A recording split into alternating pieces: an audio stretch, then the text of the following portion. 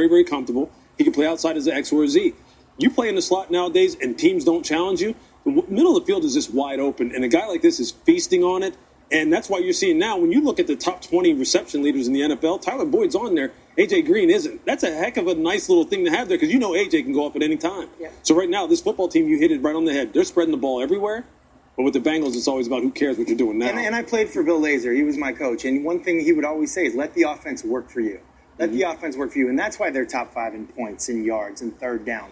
They're doing such a great job. And by the end of the year, A.J. Green, he'll probably be up there. Yeah, I'm sure. Yeah, I was going to say, we're giving Tyler Boyd all this love, and for good reason. I mean, he leads the Bengals in targets, receptions, and receiving yards, but you know that's going to kind of even out when you're really successful, there's enough credit to go around. For sure. And luckily, they're all okay with that, unlike some teams we're feeling also right now. They also, just a side note, on defense, get Vontaze Burfict back today, so Ryan Tannehill will have to deal with that. Okay, we've been talking about it all morning. Yes, we have an interview with Odell Beckham. It's actually a 2-part interview. We'll get to the second part later that's more about the on-the-field stuff with the Giants. But this first part is all about life off the field, one where he has a few things in common with a man named Lil Wayne. Josina?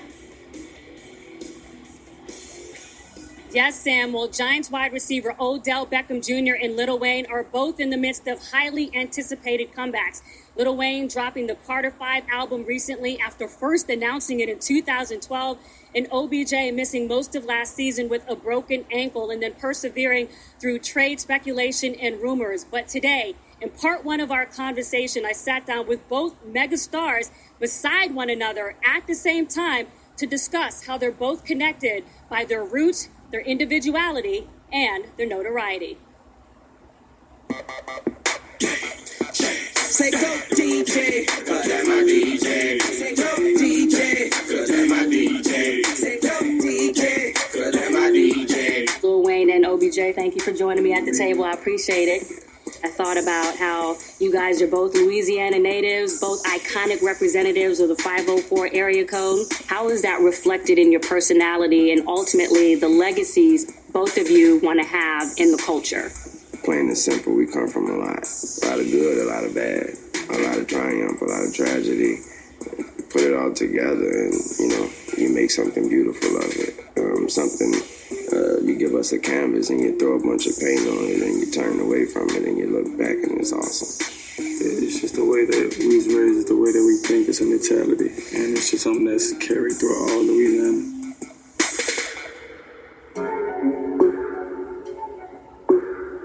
All right, OBJ, so when I say Lil Wayne, what's the first thing that comes to your mind? Home. It's like where we grew up. It just is, it's a connection that we have, like you said. We grew up on, everybody grew up on Wayne. When you think about him playing on the field, what most about his game would you say that you admire? Personality.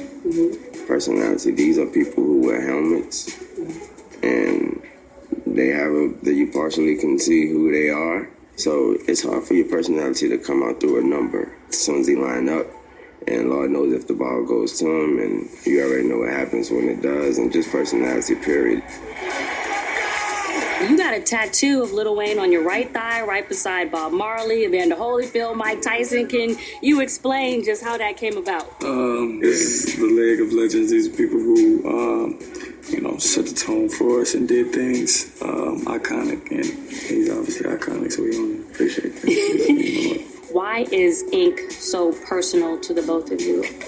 It's a form of expression. You can express yourself through it. It's a way of remembering things. I got a lot of them too, but I don't have any that aren't meaningful. So all of them that you put on your body, it means something to you. What's the one that means the most to you on your body? The C on my forehead is from my mother, Sita. And it's going to always mean the most. No matter what I get, it's going to always mean the most. It's my mom. Both of you are in the midst of highly anticipated returns. You to the music charts, dropping the Carter 5 album. You, OBJ, after spending a year out, breaking your ankle. You and I had a lot of conversations over this off season about things that you were going through that culminated into a trip to Jerusalem, where you went to the Jordan River, baptized. What change did you feel? There was things that I've done in my life, or decisions that I made that I didn't like, and I could never forgive myself. I wanted to take a trip to Jerusalem. I wanted to do something to where I could really feel it, to where I could be to as close to possible as where I feel like I belong. So after that, went under the water, and I said some things to myself that it's like I got to release something, nobody can hear, or, only God and I know. And that's really where I felt forgiveness in my heart.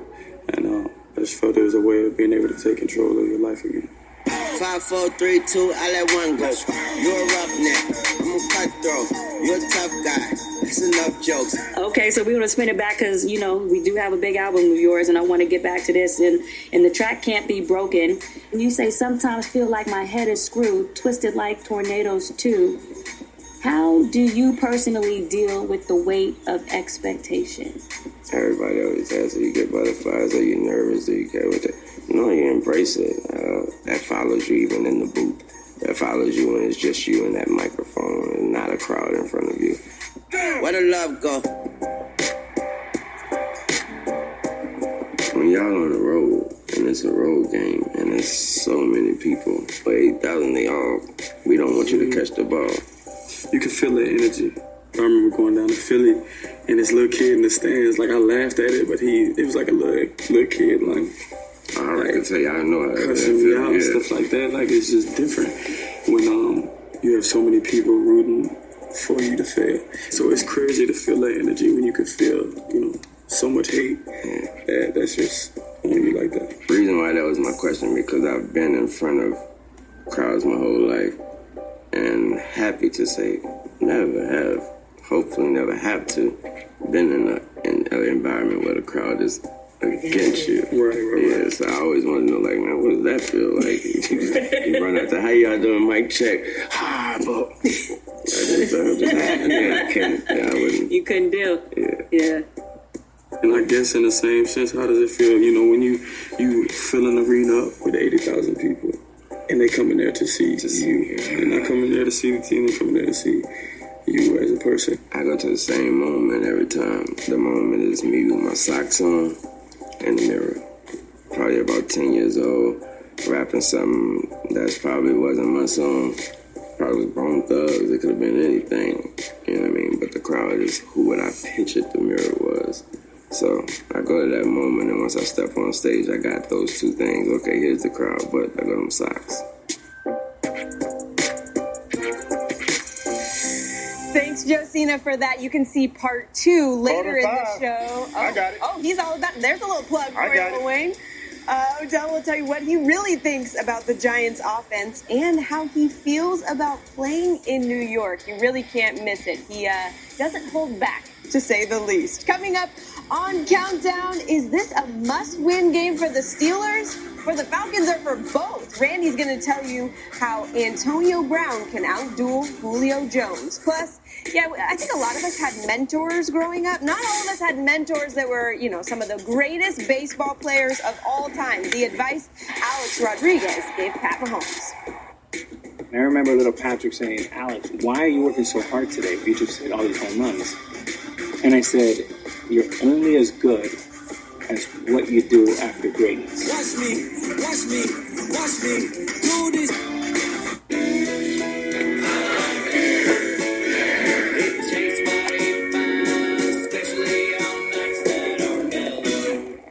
Yes, we like it. First time at the El Royale? 7 strangers. Howdy. 7 secrets. Would you mind opening up the door? No, I ain't gonna do that. 1 connection. Too quiet in here, don't you think? Bad Times at the El Royale is the best thriller in years. No one here is innocent. It's daring and original. 4 stars. You know something, don't you? Bad Times at the El Royale. Rated R. Friday. I see it all the time. Your friends invite you out, and you're always busy. Eventually, they invite someone else, like me. Jean-Claude Van Damme. Do you really want Jean-Claude Van Damme hanging out with your friends? Taking selfies, bonding over chips and chips, becoming BFFs forever. Suddenly, I find myself here, where you're supposed to be. And you You just got Van Dammed. Don't get Van Dammed. Get together already with Tostitos. With the Papa John's extra large pizza, you can share it with more people you love and people you like and maybe even people you just met, but you have a really good feeling about them. For just $10, enjoy an extra large 2-topping pizza and add a 2-liter Pepsi for just $2 more. Remember your first bike? No, your first real bike. So can you imagine the feeling you'll get from your first real truck? The GMC Sierra.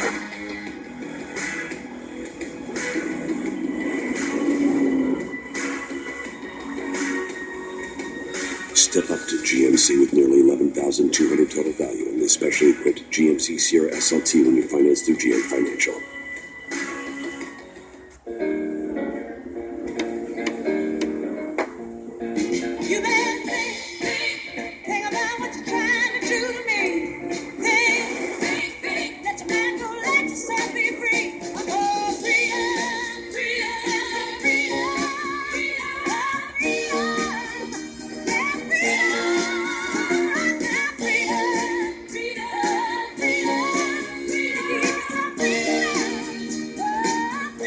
My granddad would say, showing up is different than stepping up. My roommate said it best. Don't take yourself so seriously. Surround yourself with good people. Trust yourself. It's okay to ask for help. My doctor said that on the day we started getting my blood pressure under control. The best advice comes from the people who take the time to listen. We think your doctor should be one of them. Metro Health. Change is healthy. Wireless for $15 a month. That's not right. It's right, all right. Carpet showers? That's not right.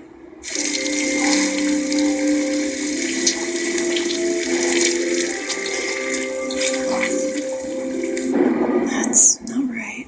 Neither is the way you get wireless. Mint Mobile took what's wrong with wireless and made it right. We're easy, online, and just $15 a month. Get your plan today at mintmobile.com.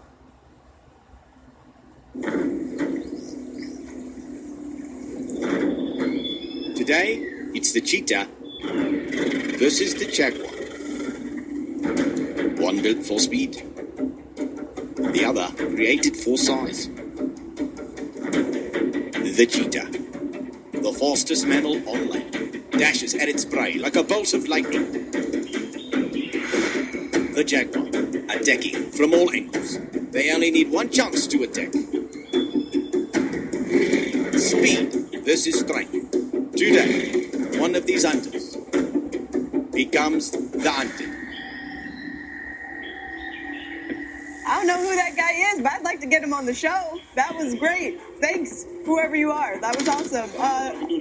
Yeah, you got to work on your accents there. This is a rainy matchup today between the NFL's top-scoring offense in the Chiefs and the top-scoring defense in the Jags. The first time since 2015 that the top-scoring offense will play the top-scoring defense in Week 5 or later. So what I'm saying is, it should be a good one. And because of that, we sent our Jeff Darlington to the game, who I hope has a tent. Jeff, how you hanging in over there?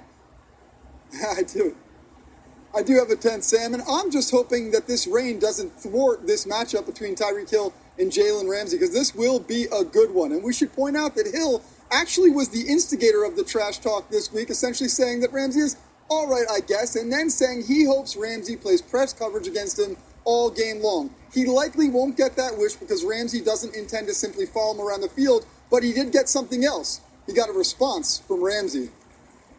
Look at my film. What do I do every week?